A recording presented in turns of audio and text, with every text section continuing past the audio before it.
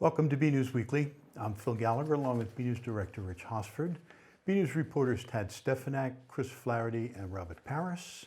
Peter Brown with the weather, Chris Flaherty with community calendar, and Liz Gillespie with sports. Thank you for joining us. 3 teenagers, including one from Burlington, have been charged with throwing rocks into traffic. The Massachusetts State Police say that after reports of 2 vehicles being struck by rocks on Route 3 in Billerica, troopers assisted by Billerica Police located 3 people believed to have thrown the rocks into traffic from the side of the road. Troopers will summon the 3 to court on various charges related to the rock throwing incidents. They are a 19-year-old male from Wilmington, a 17-year-old male from Billerica, and a 17-year-old male from Burlington.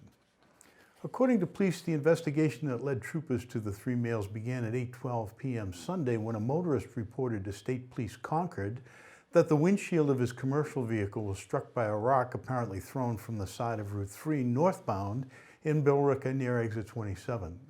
The motorist suffered minor injuries from flying glass and was transported to Leahy Clinic. A second motorist subsequently reported that his vehicle was also struck by a rock apparently thrown from the same area. The second motorist was not injured. Troopers subsequently located the adult male and 2 juveniles in the area where the rocks had been thrown.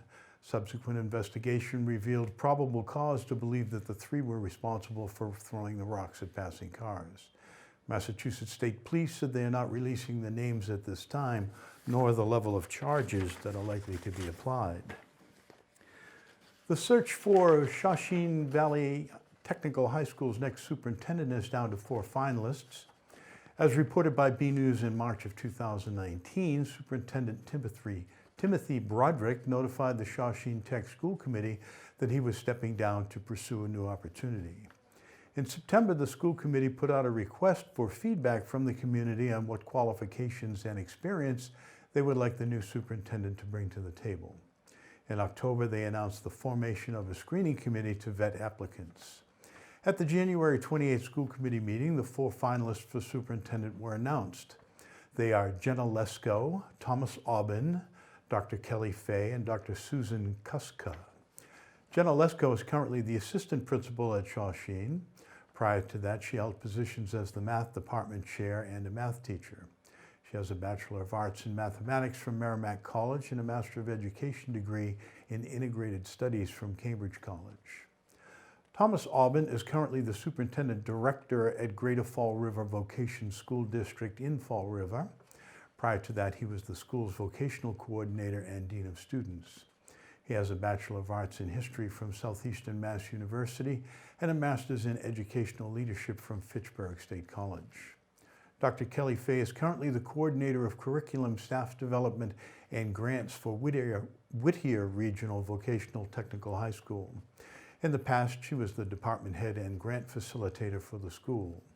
Fay has a Bachelor of Science in Human Development from Wheelock College, a Master of Science in Language and Literacy from Wheelock, and a Doctor of Education from Northeastern University.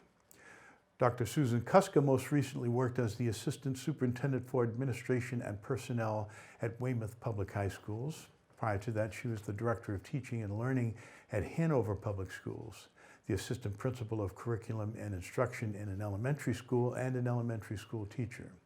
She has a Bachelor of Science in Elementary Education and English from the University of Mass Boston, a Master's in Education with a focus on special needs from Boston College, and a Doctorate in Curriculum, Teaching, Learning, and Leadership from Northeastern University. You can read about the candidates in greater detail at our website, bcattv.org/bnews. The Shahin Tech School Committee will now meet and interview the 4 finalists. The new superintendent is expected to start on July 1st.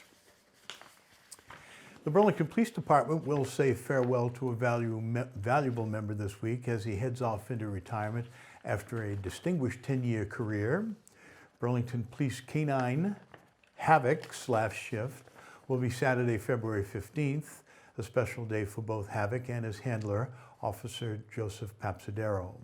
That was the date in 2010 when Officer Papsadero and Boston Police Department Master Canine Trainer Troy Casey picked the then 10-month-old Slovakian-born German Shepherd from a number of other dogs at the Connecticut Canine Services. Over the last decade, Havok, a holder of multiple national certifications as both a patrol and narcotics detection canine, has been deployed hundreds of times in Burlington and the surrounding communities. Havok is also a longtime member of the Northeastern Massachusetts Law Enforcement Council's Regional Response Team's Canine Unit and participated in many major incidents. Chief Michael Kent said this is a well-deserved retirement and that he couldn't ask for a better employee. He added that everyone at the Burlington Police Department wishes Havok the best. Canine Havok will live with the Pepsidero family in his retirement. Officer Pepsidero said he's looking forward to his next phase with Havok, his partner and best friend. Havok was quoted as rough. There is a new place to get a quick breakfast in Burlington. The Bagel Bar opened up on Cambridge Street recently to a line of hungry new customers. BNEWS reporter Chris Flaherty was at their open house on Super Bowl Sunday, and he has this report. Is there a better way to start your day than with a fresh bagel and a cup of coffee? The Bagel Bar recently opened its doors in the plaza of 286 Cambridge Street. To kick things off, the shop welcomed residents in for an open house on Super Bowl Sunday. Yeah, so today we just kind of wanted to introduce ourselves to the neighborhood. We put it out there, gave out a complimentary bagel, complimentary hot coffee, and it was a great turnout. So we had everybody from the neighborhood, pretty much everybody local, come down and check it out, give them a chance to see the space. We spent a lot of time and effort building the place out and designing it, and wanted everybody to kind of get a sneak peek. The Bagel Bar is run by the Tuopoulos family, owners of Newtown Grill in Billerica and Old Town Liquors, which resides in the same plaza as the shop. Being in the plaza with Old Town, we had an opportunity to come up in this space. Wanted to do something to attract the fact that the store's so busy to begin with. The area's a great spot. Being in town myself, I wanted to do something here, and I thought the concept was a great fit for the town. There's a little bit of a void in that area, so it's given us an opportunity to build on that. Tuopoulos expressed the desire to keep a neighborhood, family-style feel in the Bagel Bar, from the food and beverages to the shop itself. So pretty much everything we're doing here, we kept local. Just the whole feel of the place. I live in town. Everybody that works here is either in town or up the street. And as far as it goes with the food and the coffee, I kind of wanted to capture that same concept. Bringing in a fresh baked item every single day was important to me, and making sure that it was somebody that I could trust, a product that I really believed in and that I could back. Bagels are handmade daily and are baked instead of boiled, giving them a unique flavor. Like the bagels, the coffee, cold brew, and other beverages come from local distributors in the area. We continue to look for partners like that, local partners that can help make this place maintain that feel. If the lines out the door were any indication, residents of Burlington have welcomed the Bagel Bar into the community with open arms. Yeah, it's been good. Everybody I talk to, being at the store and up the street at the restaurant, everybody I talk to seem to feel as though it's a good fit for the area. They're excited to see the space. They're excited to see what kind of product we had. Today was pretty crazy, so I'm not going to get much feedback until they go home and eat and let me know. And if there's changes we need to make, I want to be aware of it. And we're here to stay, so anything we can do for the residents of Burlington to make things better is what I'm looking to do.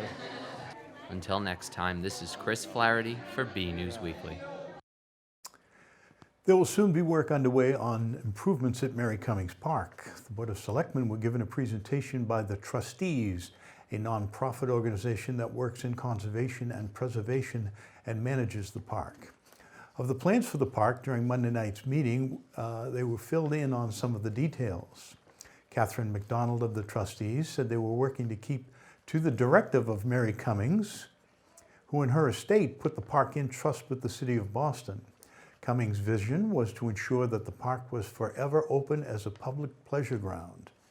McDonald said the organization began with community outreach and studies of the needs for the park last June and came up with a master plan in September. Last month, they completed the design and are now in the process of getting all the necessary permits for the work. She said they hope to go out to bid in March and do the construction in early June. They hope to host a celebration of the project in the fall. McDonald said when they were working on the plan, they held to 4 key goals: creating a welcoming place, improving the trail conditions and maintenance of the park, improving parking and access to the park, and improving the ecology of the site. The plans for the park include building a new parking lot with 20 spaces and bike racks. There will also be a new boardwalk, sponsored by Millipore, into the marsh. There will be a new accessible trail and improvements to the existing trails. They'll also plan to build a pollinator meadow in the park. Members of the Board of Selectmen seemed happy with the plan and expressed their willingness to be a resource for the project. Burlington High School students are being given the opportunity to connect with local tech companies to help them figure out what they might like to do after college. It is through a program called Innovation Pathways that the school received a state grant to run. BNEWS Director Rich Hosford went to learn more about it and has this report.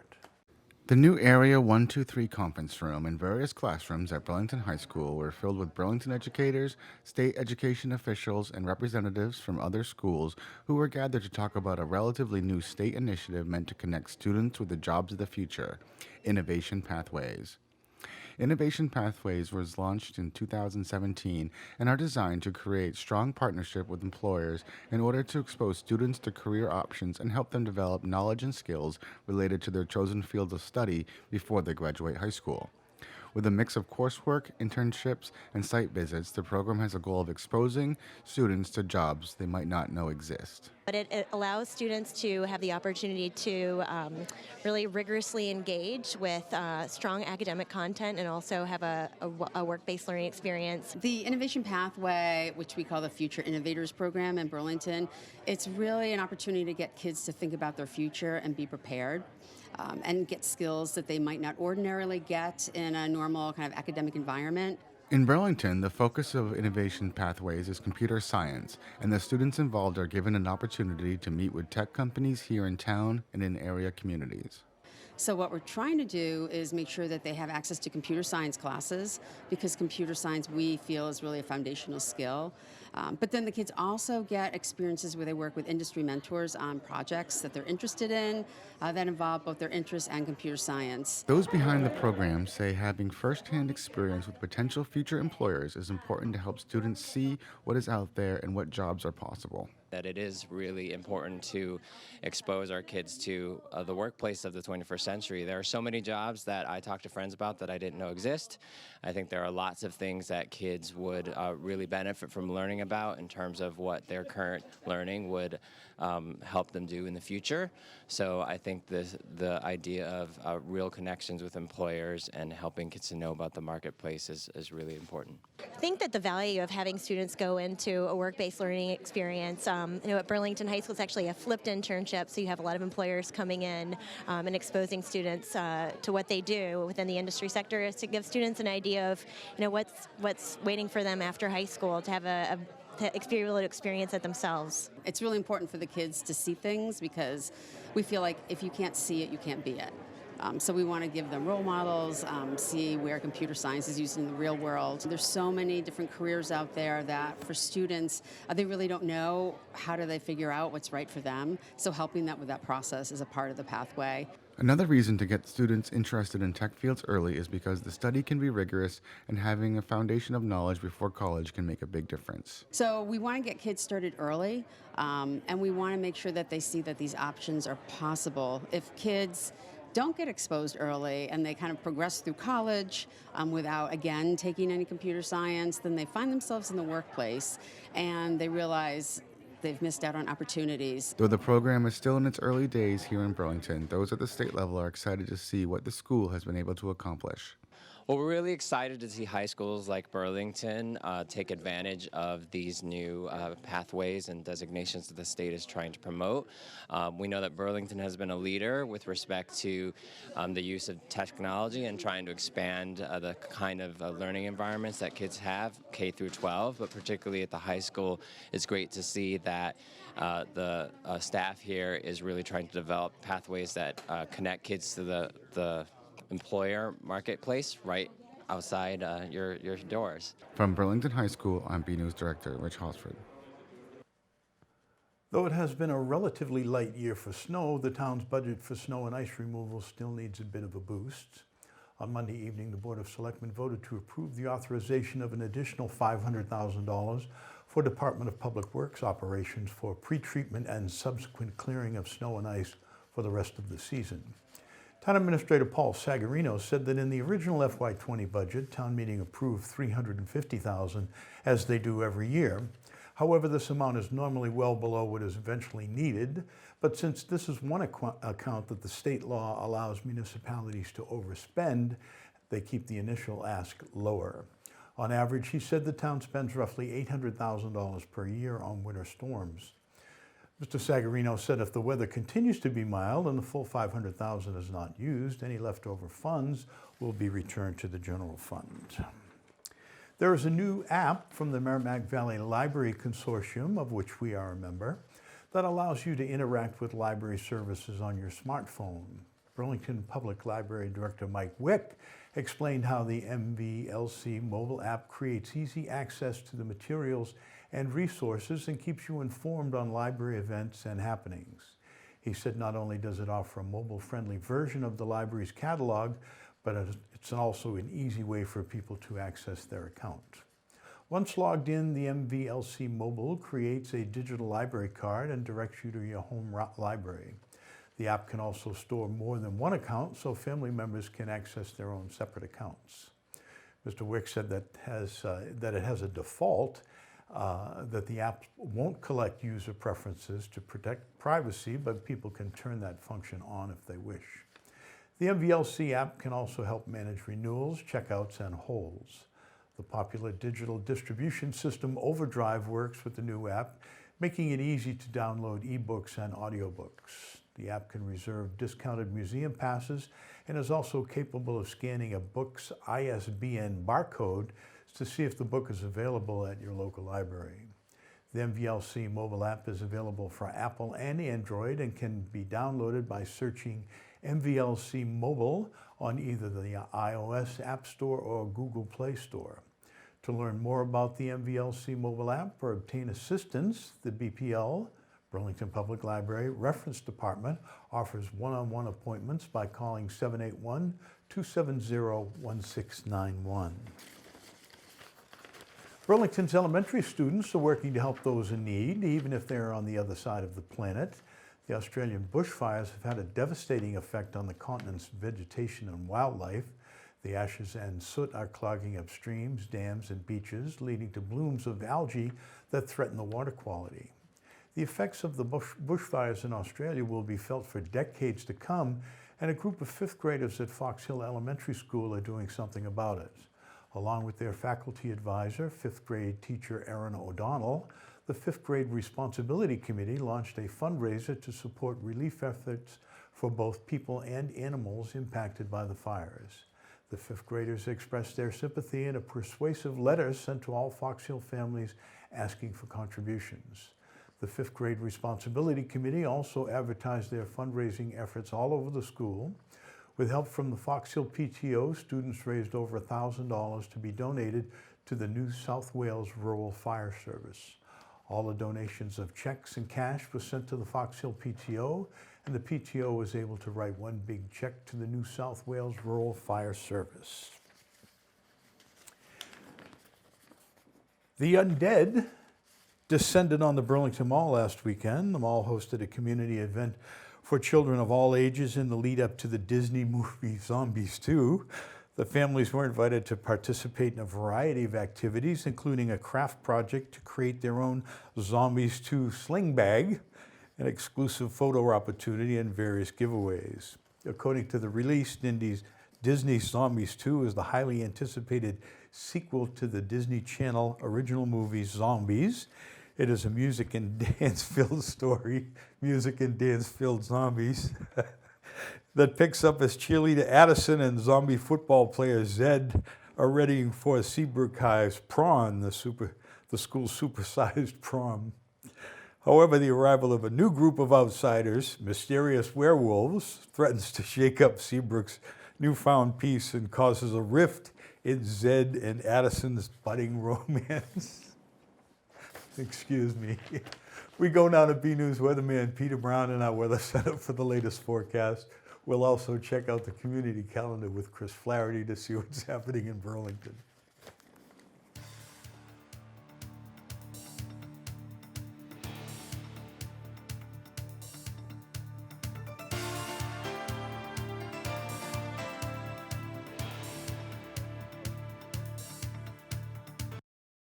Well, hello everyone, and this is Peter Brown with a look at your weather. I know it's very hard to believe that here we are getting into the middle of February. It's going to be Valentine's Day, so happy Valentine's Day to you all out there as we start out our period this week.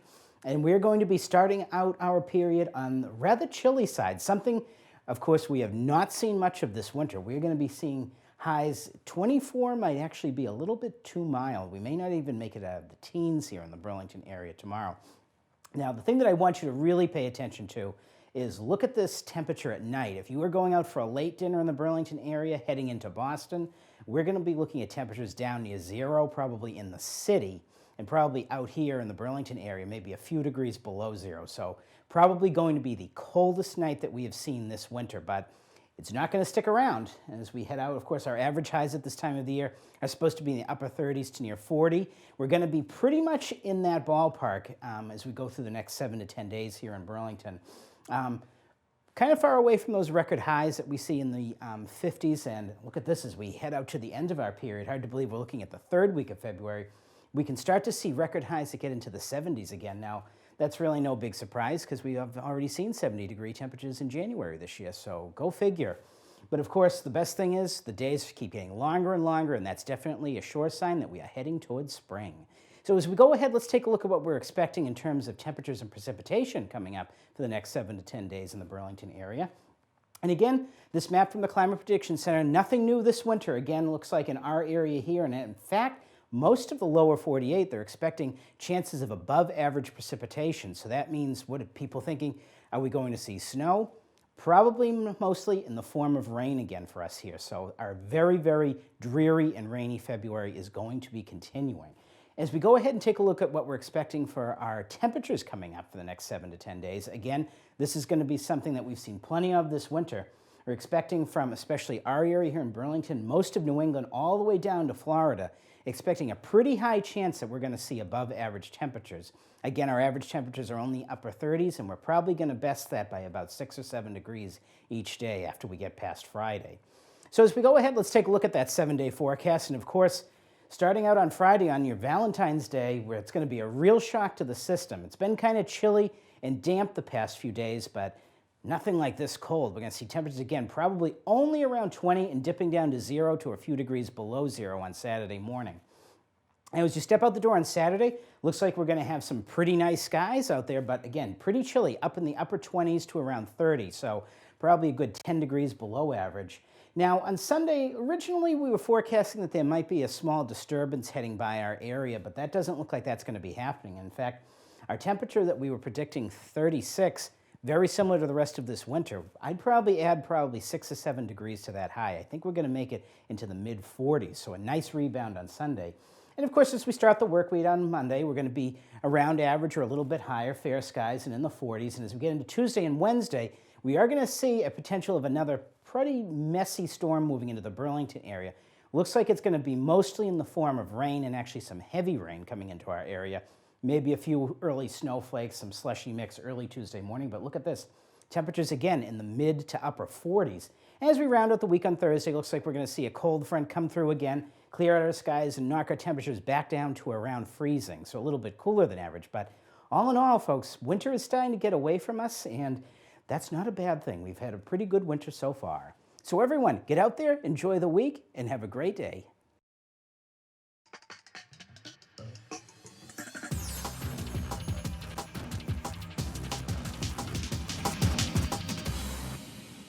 I'm Chris Flaherty, and this is your Community Calendar. Get ready for a fun night full of fantastic music.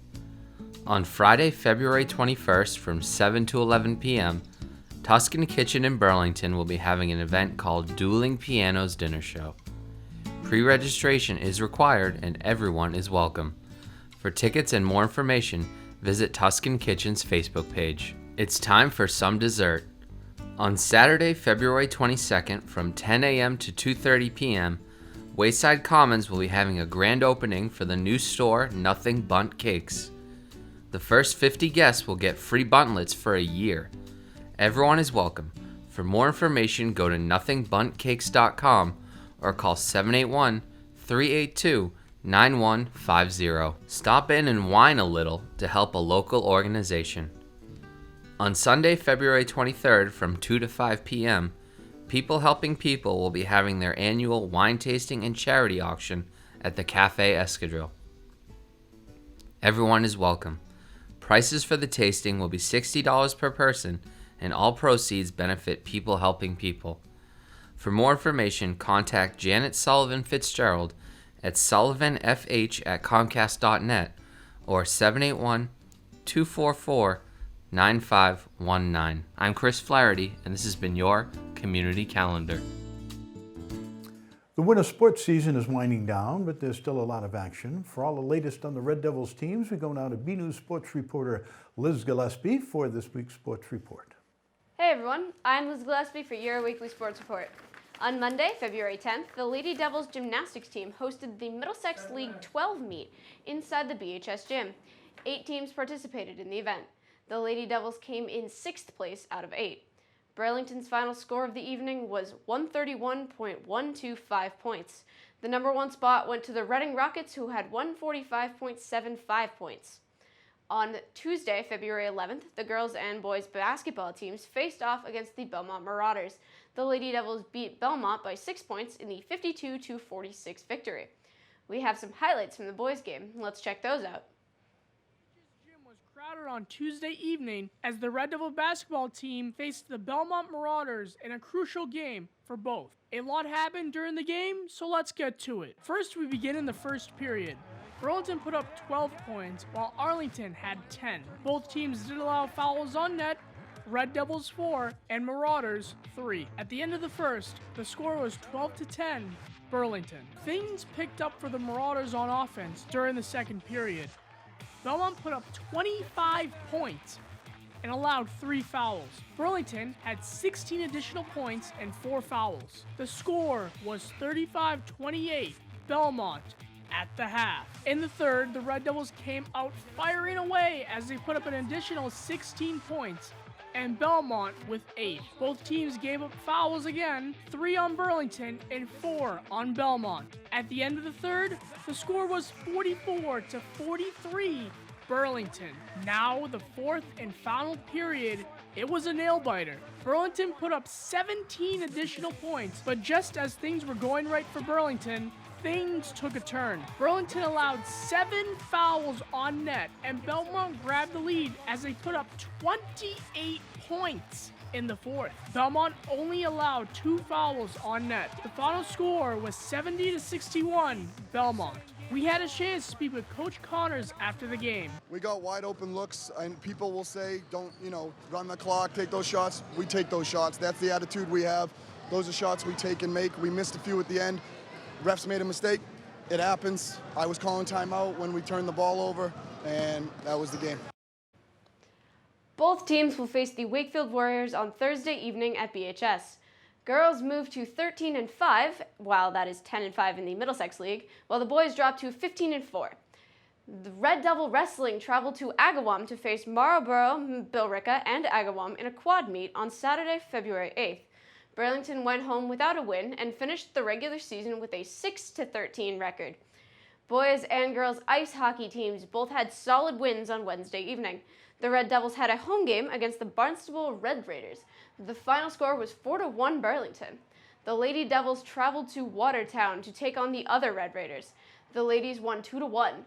Both teams will be laying away on Saturday afternoon and evening. The boys will go to Melrose and the girls will go to Shahin. Currently, the boys stand 12-3-3 and the girls are at 8-8-2 in their conferences. Boys swimming will head to the MIAA State Championship Tournament on Saturday, February 15th at Boston University. The boys qualified for the 200-yard freestyle relay. Girls and boys track will head to the State Championship Tournament on Saturday. They will be having the meet at Reggie Lewis Track and Athletic Center in Roxbury. We wish everyone good luck at their state championship meets. BHS quarterback Kyle Pena is heading to UMaine in the fall. BNews sports reporter Robert Paris caught up with Kyle and Coach McKay, and he had this report.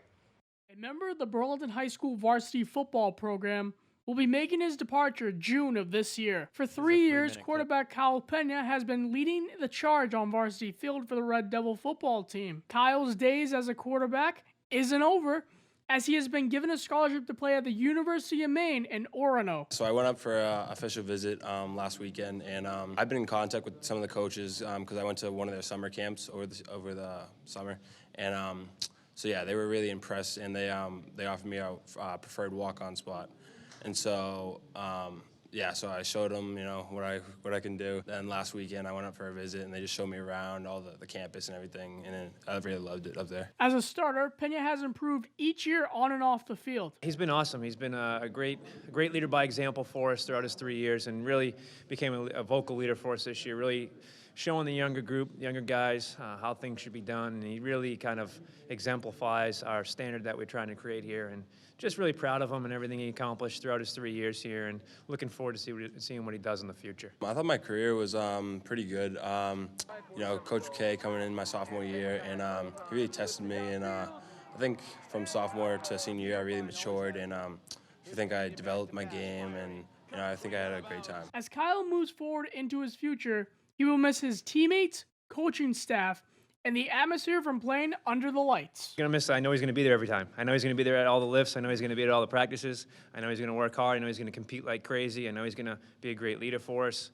So I'm really gonna miss that. And then just the relationship with him. Him and I had a great relationship together, working together, and we both really have a passion for the game of football. So I think I'm gonna miss that, being able to coach him every single week, and know that he's gonna be there every single week. He's gonna work hard, and he's really, really coachable. I mean, he does exactly what you ask him to do, so I'm gonna miss that part of it too. He was not one of those student athletes that you had to really motivate. He was really self-motivated and really made it fun, and he loved the game as much as I did, loved learning about it as much as I did, so I'll miss those things. I'm gonna miss just the crowd and like the fans cheering and everything, and just like the feeling to be out there on Friday night under the lights with your boys, practicing all week, and then coming out for a game on Friday night and just like playing for your town. I love Coach McKay. He really pushed me, and he really developed me to be the quarterback I am today. And I couldn't be where I am today without him, so I really appreciate him. Coach McKay sees a bright future for Kyle Pena. What I think is great about it is it's going to open up opportunities for him. He'll have his own little network of alumni football players when he does graduate from there, and can open up some opportunities in the job market as well. So I think the opportunities are plentiful for him. I think what's also great about it is the college programs provide you with tutors and things of that nature. So you have all the resources in the world that you need, because you're going to be putting in a lot of time. College football is a lot of time in the film room, the weight room, the practice field. So it's a lot more of a commitment in college than in high school, but they provide you with all the resources you need to be successful, and I think he'll take advantage of all those. So I think he'll do great there. I think his work ethic will help him, do great there. I feel good being a Black Bear, but I'll always be a Red Devil. From Burlington High School, I'm Robert Paris. And that's all for your weekly sports report. I'm Liz Gillespie. Back to you guys in the studio. Another week, another photo to highlight. This week's photo shows a delicate rescue underway, though the rescuee doesn't look happy about the situation. It is from the Burlington Police Department. It shows a great horned owl that was caught in a soccer net at Memorial Elementary School. Acting quickly, police say officers Joe Papsadero and Spiro Singos carefully cut away some of the netting and freed the bird. In their post, police argue that the owl is a bit grumpy about the situation, saying, believe it or not, this is the owl's happy face. We're not so sure. No matter the bird's disposition, great job on the rescue, everyone. We'd like to see your photos. They could be of something you see around town, the weather outside your own door, or even photos of your family members, friends, and pets. Whatever you think is interesting and would like to share with us and the community. Email your photos to bcatt@bcattv.org with the subject line Photo of the Week. And that's it from the news desk here at BNEWS Weekly. I'm Phil Gallagher, along with Rich Hosford, Tad Stefanak, Chris Flaherty, Robert Paris, Peter Brown, and Liz Gillespie. Thank you for joining us.